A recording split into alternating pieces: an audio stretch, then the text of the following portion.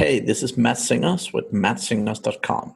If you really want to learn how to level up your life, you should be listening to the Time to Shine podcast today with my friend Scott Ferguson. Time to shine today, Varsity Squad. This is Scott Ferguson. Welcome to episode 117 with my guy, Mads Singers. What a unique name. What a unique guy. What a baller. I'll just call him baller. Actually, he was in the Vietnam while I was interviewing him. He runs about 5 different companies, has over 100 employees.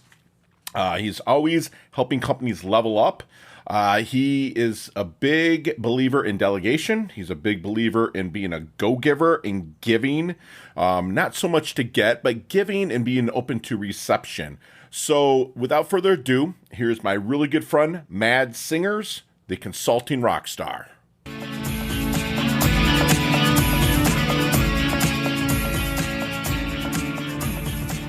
Time to shine today, Varsity Squad. It is Scott Ferguson, and I got my brother Mads Singers from, well, he's Danish, but he is chilling out in Vietnam right now. Like, no lie. He's crushing it from wherever he's hanging out. And he asked the question, is an online business owner, you're likely experiencing some of these common problems. You never seem to stop working. It's difficult to effectively delegate. Finding the right people is a struggle, and spending too long training staff. And I'll tell you what, I am dealing with a couple of those pretty much on a daily basis. But Mads has more than 10 years of experience in Fortune 500 companies such as Xerox and IBM, and more than 7 years of experience coaching and consulting online entrepreneurs. He also spoken at, I'm just going to say a buttload of large events. I mean, if you go to his website, madssingers.com, which I'll put in the show notes, you can see him actually standing up there in front of a few thousand, maybe a couple hundred, 500 people. But the guy's a total baller. He's currently owning and running 3 companies and managing more than 100 people. He doesn't just talk the talk, he walks the walk. Like I said, my boy Mads is a baller, shot caller. And Mads, thank you so much for coming on the Time to Shine Today podcast. I'd love you to introduce yourself. But first, what's your favorite color and why? Light green. Light green. Why is that? I have no idea. There's a method to my questioning with the colors, which I'll get to a little bit later. But yeah, so tell us some origin stories, man. Tell us from like where you got started and then brought you up to this rock star consulting coach. Sure. So I was born in Denmark. I studied a little bit, and I got sick and tired of that very quickly. I left Denmark as soon as I turned 18. Okay. I moved to Ireland, of all places. I started working with Xerox, and very quickly, within a few months, became very interested in management. I luckily got a manager that was exceptionally good, and I basically, pretty much from I was 18, basically put my aim at management. Okay. I started studying a lot. Over 12 years, I read about an average of a book a week. Wow. Which is a lot of reading. I spent a sizable amount of my personal money on taking trainings and attending events and so on to learn the skills. And eventually I became a manager. I ended up working for IBM for many years as well, and outsourcing management specifically. Okay. And at some point, I started coaching other people who were managers in other businesses and so on, or who was running their own business. And one day I sort of woke up and I realized I was making more money working 5 hours a week as a coach than working 60 hours a week at IBM in a high-level management position. And I was like, yeah, that doesn't make a lot of sense. So I decided to leave, and I started. I've always had a lot of coaches myself. I love coaches, and I love particularly people who are specialized. Like, if I want to go to the gym, I love having someone who's good at going to the gym with me, sure, because right. it makes it that much quicker for me. And time is the most valuable resource we have. So the key thing though around coaches is I've never liked people who don't sort of walk the walk, or people who are not doing what they coach. Right. So again, someone who's coaching you on fitness but doesn't go to the gym themselves, it doesn't make a lot of sense, right? Right. So I've always pledged on to spend 20% of my time on management coaching. But the fundamentals that I've been doing then, I built up a big outsourcing company So I was moving around the world a bit. I ended up in the Philippines. I built up an outsourcing company where we currently have probably about 130 staff. And then besides my coaching and consulting business, and then I've started a media publishing business where we're basically doing affiliate marketing, SEO, and that kind of thing. And yeah, I love building companies. I love building teams, finding great talent, putting them together, and helping them shine. That's really what I love doing. And I do that for a ton of clients around the world, particularly, as you alluded to in the beginning, people who are stressed out, people who are really struggling, really help them get their stuff. I mean, everyone says this, you shouldn't work in your business, you should work on your business. Sure. But the problem is most people don't actually know what that means. And most people don't understand how to get there. Sure. Right. So that's really what I help people with. My focus is generally on people management specifically. So, how do you hire the right people? How do you manage the right people? How do you give them responsibility and grow them? Okay. I'm a firm believer in generally, you can't always do it, but generally recruiting from within. Sure. So when I start a new business, when I hire people, I always look for people with great attitude, great mentality, and fantastic potential. Beautiful. And then grow them. Because when you grow people from within, they grow with your culture, they grow with your values and so on. And that's what you want in a business, right? You want people to raise from within.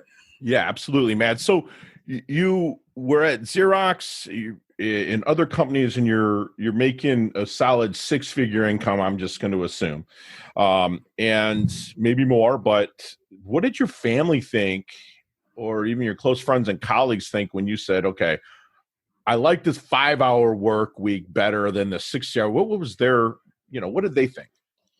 So actually, I had two of these. So one of them was actually when I left Denmark and I quit my education. I definitely had a few people raise their eyebrows. Sure. So one of the great things, if you will, about Denmark is you get paid to study. Now, one of the downsides with that is a lot of people go just to get paid, not to study. Got it. And I've never been very good at wasting my time, so that's why I got fed up with it. But fundamentally, that was me leaving was actually the first thing. I had very few people actually raise any eyebrows when I left the corporate world. Mm-hmm. Primarily, I mean, most people had seen me go through a lot of stuff. A lot of my friends, they knew what I've been through. They knew my personality, and they knew that I'll be successful. So they were not really too afraid.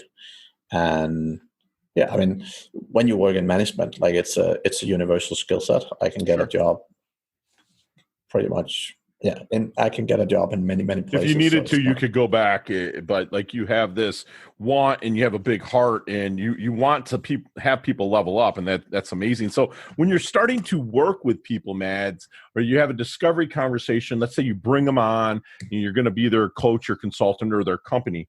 What's some of the secret sauce you can share with our squad here to help them find their blind spot?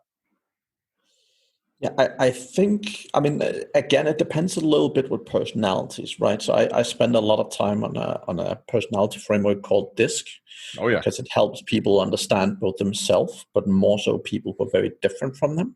Mm-hmm. And that is critical as a business owner, whether you're talking sales or managing people or whichever. Sure. But really to put in the right people in the right seats, it's often what people really struggle with. And DISC is super powerful. Love DISC. What did you score with DISC? What was your high D or low D, or what were you? For me, well, so I'm a ridiculously high C with a tiny bit of S in me. Okay. The beauty with DISC, and the beauty, I teach DISC in one of my management courses, right? And mm-hmm. the beauty about DISC is you don't need the test. Like all these systems, most of these systems, you need to take the test. Right. And the problem is when you're testing people, particularly at interview level, what happens is, one, some people don't know themselves very well. Sure. And two, at an interview, they will always tell you what they think you want to hear, no matter what you tell them. No matter what, you're right. Like some typical question is like, "Are you very organized?" Right? Oh yeah, sure. No one at a job interview is going to say no. They're just not. And particularly not if the job ad says, we need someone organized. Like, it's not going to happen. So the beauty of DISC is the fact that when you become really good at it, and I have spent 15 plus years working on this, so Sure. I'm pretty good. But the key thing is, like, you can tell people's personality very, very quickly just Wow. by, again, looking at them, looking at some of It's their a great emails, program. Yeah. talking to them. Yeah. And that is really, really powerful, right? And that's usually where most of my training starts out. No, I love that for finding blind spots. It's funny. I ask that question to people that I interview to bring in a time to shine today, and like I'll do it on a face to face, and then they say that they're organized, and then I'll be like, "Hey, let's go for a walk," and I go look at their car. Be like, "Where do you drive?" There it is, and then they're not. Then like, that's funny that you said that. So if I'm out and about, and Florida's opened up here a lot. I'd love to do a lot of networking, press and flesh, and meeting people.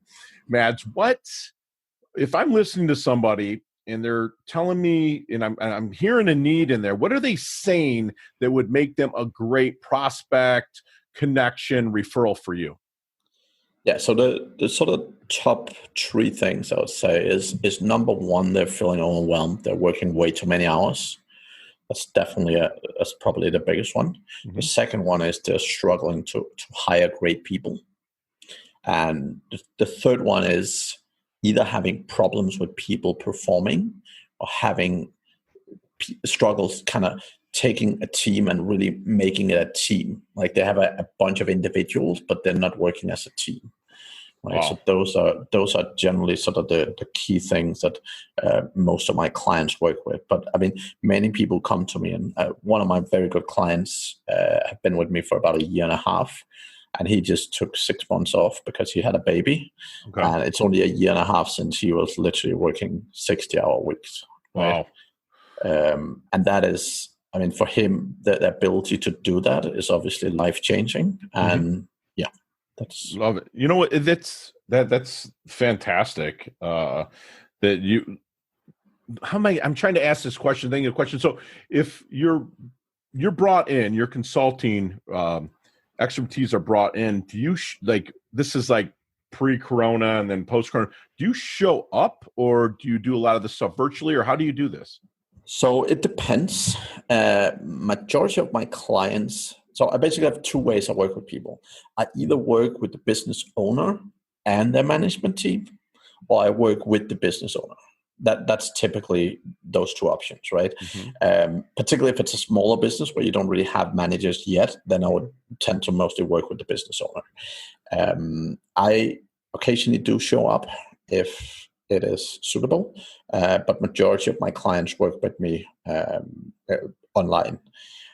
Okay. Basically, where I start with most of my clients nowadays is I have my sort of effective management course, which is basically all of me repeating myself. Sure. So that's basically the cheaper way of getting all the content, all the knowledge I have, right? And then majority of people basically go on with coaching after that, right? Gotcha. But that just takes a lot of stuff out of the way that I otherwise spend a couple of months going through with people, and it enables them to first of all have that information and go back through it again and again, and also it enables people who are not yet financially at a stage where they can afford coaching to get some absolutely top level management skills on board, and really get a high level of skill and as sort of a small once-off cost, right? Got it. So if you're the CEO of a company brings you in, and they're doing okay, but they know they need to level up, and you always have that person that's below the CEO that's really in the trenches and managing people. How do you handle their ego when you come in? Because the CEO is bringing you in, it's shake hands, all right, Mads, great. But you have that person that's answering to the CEO. Their pride's hurt. They think their job's on the line. Like, how do you handle them? So honestly, I've never had a challenge with that. Oh, wow. I Okay. think, and I'm a very agreeable person, and I tend to win people over with knowledge. No, but I'm saying this from the bottom of my heart, but I don't walk into a company and say, I know better. Okay. Like I walk in, I talk with people, and I try and figure out You're what's your biggest relatable. problem. Exactly, Okay. right? Yeah. And I've been through it all. Like Yeah. I've been managing no people, I've been managing hundreds of people, Okay. and I've been through it. No, Right? I love that you said that, because that's how, like, I've been brought in. I'm not on your level, but I brought in to help a few companies. And, I'm 270 pounds. I walk in and I'm trying to get everybody fired up. But, that's the one thing my coach that coached me about the consulting was just be relatable to the person and come in and not act like you're swinging your big, like you're a big alpha dog. And I'm happy to hear that you said that. And Mads, we're going to hop in our DeLorean. I know you're from Denmark. You've heard of, Back to the Future, right? With Marty McFly. Okay. So you're in the DeLorean with Marty McFly. You're going back in time. You meet up with the 22-year-old Mad Singers. With your experience now and your success, what kind of knowledge nuggets are you dropping on that 22-year-old Mads? Hopefully he listens to you, but what kind of knowledge nuggets are you dropping to maybe help him shorten the learning curve and level up just a little bit quicker? Yeah. So when I was 22, I was actually struggling with the thing that I'm teaching a lot of people how to overcome, which was delegation specifically. And the way I really learned that was about a year later. But basically, and then the learning experience was great. But basically, what happened was I was in a position where I knew it all. Like most small business owners, they know everything. And the problem is, it's easy to keep going down into the details when they know their business so well. And the learning experience for me was really getting moved to a position where I didn't know anything, and I had to actually trust the people who were working below me, right? Mm-hmm. So that was actually that really helped me understand how delegation really worked. Mm-hmm. And I think that's probably been one of the most powerful experiences. And if I had to talk to my 22-year-old me, I would probably try to convey some of that wisdom, right? One of the absolutely key nuggets around that is learning how to actually delegate responsibility rather than delegating tasks. And it sounds simple, but really the essence is most business owners try and delegate tasks. And it's online, it's very common. People always say, you have to figure out how this works. You build a process and then you give it to someone. Okay. But the problem is that's not how you do it. I can promise you the CEO of IBM is not figuring out every process in the company and telling people what to do. That's not how it works. Right. It's about learning to hand over responsibility, tell people what is the outcome you're looking for, and let them roll with it, right? And in the beginning, they don't do it as effectively as you could because they're not at your level. But the only way that you grow is by doing more valuable things. When you're sitting doing basic stuff that someone getting paid $5 an hour could do, right? That's what you're getting paid. And if you want to grow your business, you need to do higher level value stuff that increases the value of your time. And you can only do that if you learn to let go. Love it. I love that you said to delegate the responsibility, less tasks, because that's what my best mentor, Sam, did to me. Like, I used to manage real estate for him, and, we had a problem, and I came and sat down in his office and I said, Sam, this is a problem, what should I do? And I sat down, he looked at me, he tore into me, he was like, you need to come to me with your recommendations. I mean, I could tell you if they're idiotic or not, but you need to think for yourself. And I love that you said to delegate the responsibility a little bit less than the tasks, because it helps someone grow, helps the company grow. And even if you fall on your face a little bit, you'll have the person telling you, but it helps the company grow, right? Like you just said, you would tell that 22-year-old, Mads to learn to delegate. One of the key things around what you just said is one of my famous sayings is, as a manager, the key thing, as a business owner, really, the key thing is never answer questions from your staff. Wow. And that sounds strange, but that goes exactly back to what your mentor said. I don't necessarily tore into people, but he was different. Questions. He was different. Yeah, sure. But the key thing is I teach people that as well all the time, right? But basically, when people come with a question, like what most business owners, when I go work with them, I see their Skype flashing and their Slack flashing, and it's all questions from employees all the time. Right. And it's because when you answer a question, what happens is you pre-program people and you say, when I have this issue, go ask boss man. It's not like they know, oh, when I asked this question, this was the answer. They're actually pre-programming themselves to go ask you. So instead, what you do is you ask them questions, and you ask them specifically two things: is what do you see the options being? Like, what is the potential options? And when they then give you the answers, they're like, what do you think is the best option here? And the reason why you do that is because that helps you understand how they think. And when you understand how they think, that can help you either let them go do what they want to do, or see if there's something they've totally missed. Love it. One of the big issues that business owners have is they know everything. Sure. And it's often hard for them to put themselves in the place of someone that knows less. Sure. And understand how they think. But if someone says, if someone is giving you answers and you're like, whoa, they're not thinking about this the right way, you're not necessarily going to tell them the answer to the question, but you can ask them into how they think. You're like, well, if you think we should give this customer $1 million refund, have you considered what happens if if we do that to all our clients? Sure. Or so you can ask them questions, or you can talk to them about how they think about things.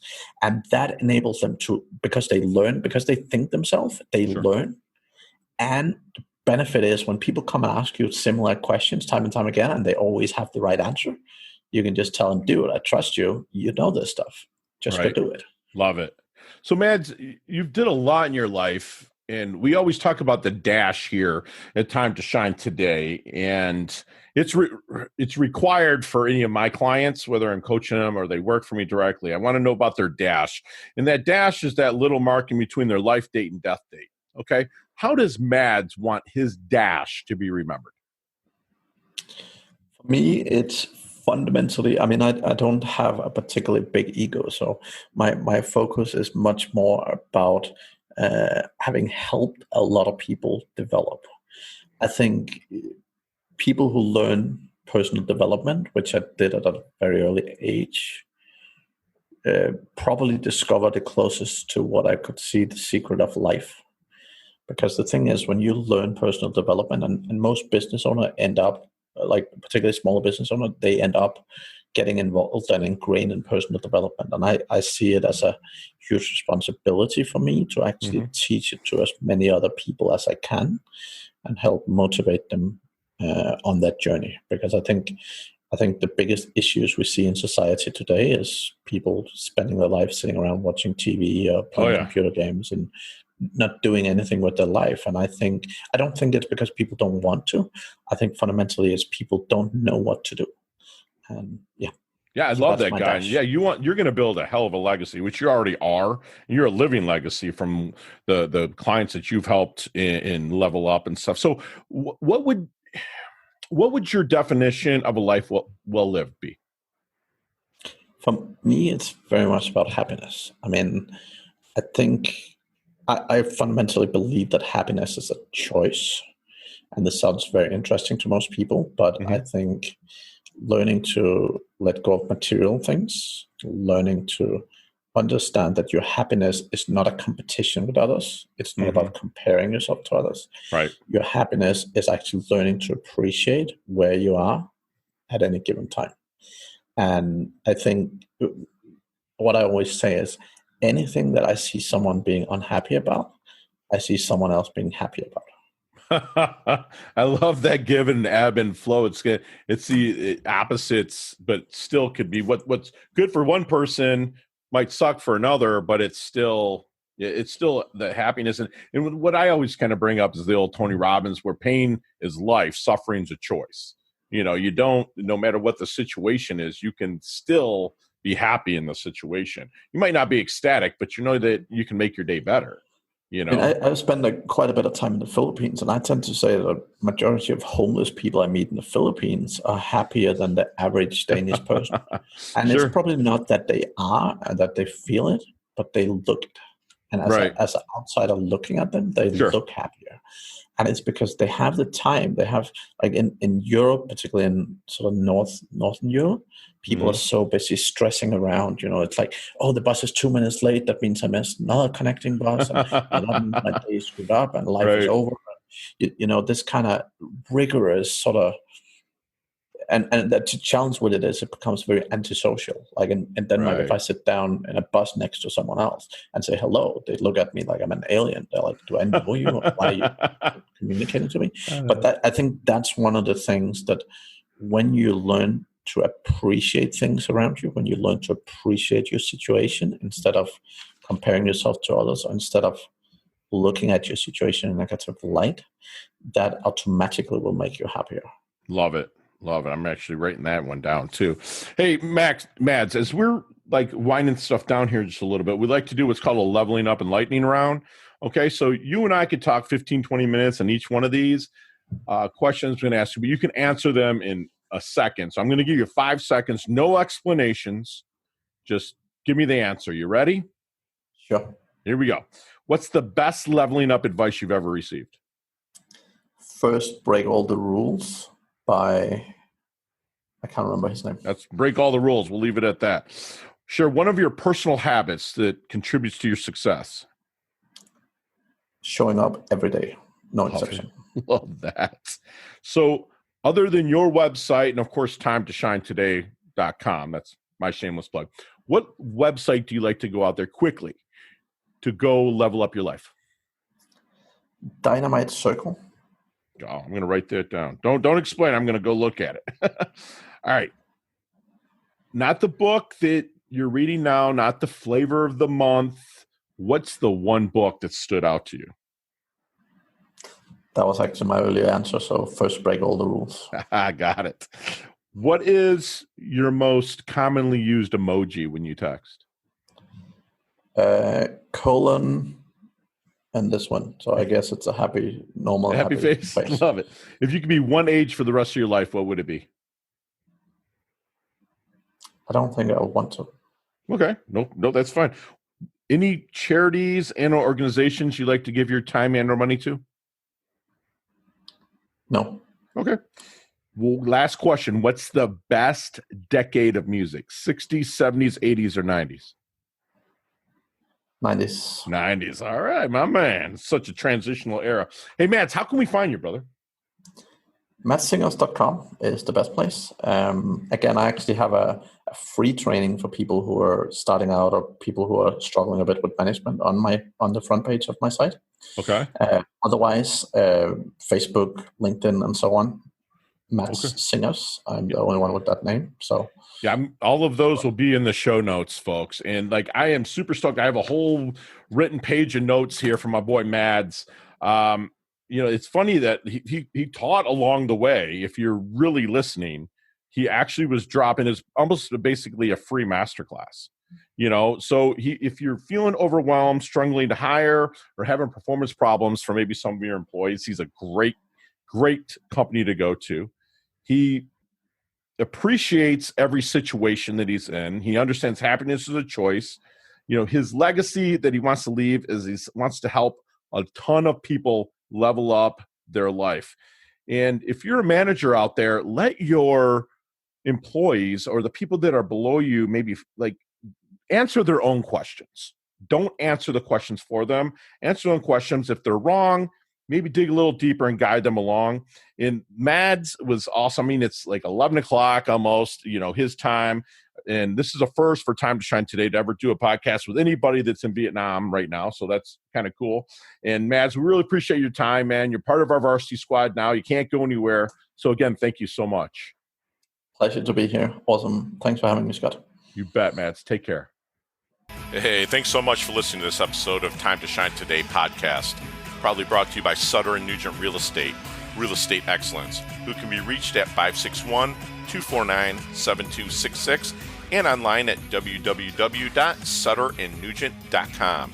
If you're a business owner or professional who would like to be interviewed on Time to Shine Today, please visit timetoshinetoday.com/guest. If you like this episode, please subscribe on Apple Podcasts, Google Podcasts, Stitcher, Spotify, iHeartRadio, or wherever you get your podcasts. There's a link in the show notes to our website. Also there, you will see our recommended resources. We hope that you will support our show by supporting them. If you like what you've been listening to, it'd be great if you could just give us a 5-star rating and tell your friends how to subscribe while you're at it. I'm your host, Scott Ferguson, and until next time, let's level up. It's our time to shine.